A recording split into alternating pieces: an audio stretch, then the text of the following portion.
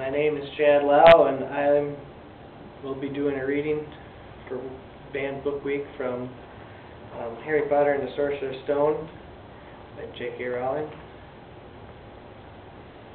You never told him? Never told him what was in the letter Dumbledore left for him?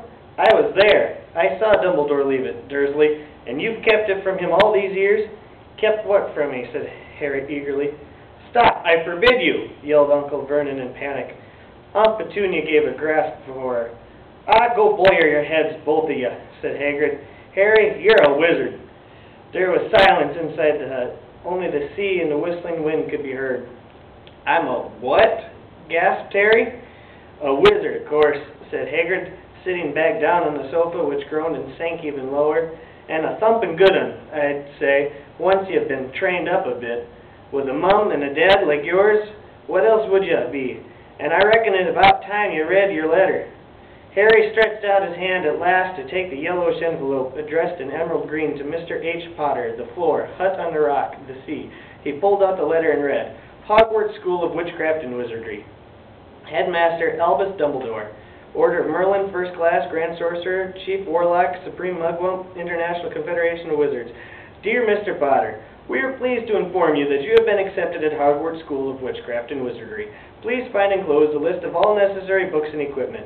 Term begins on September 1st. We await your owl by no later than July 31st. Yours sincerely, Minerva McGonagall, Deputy Headmistress.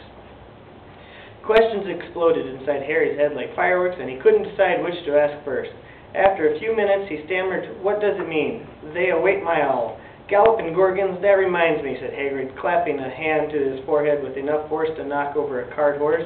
And from yet another pocket inside his overcoat, he pulled an owl, a real, live, rather ruffled-looking owl, a long quill, and a roll of parchment. His tongue between his teeth, he scribbled a note that Harry could read upside down. Dear Professor Dumbledore, given Harry his letter, taking him to buy his things tomorrow. Weather's horrible. Hope you're all well. Hagrid.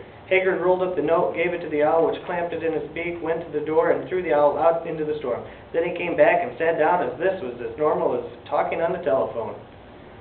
Harry realized his mouth was open and closed it quickly. Where was I? Said Hagrid, but at the moment Uncle Vernon, still ashen-faced but looking very angry, moved into the firelight. He's not going, he said.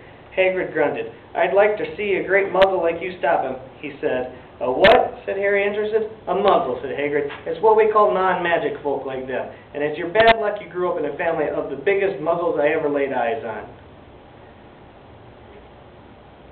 We swore when we took him in we'd put a stop to that rubbish, said Uncle Vernon. Swore we'd stamp it out of him. Wizard indeed.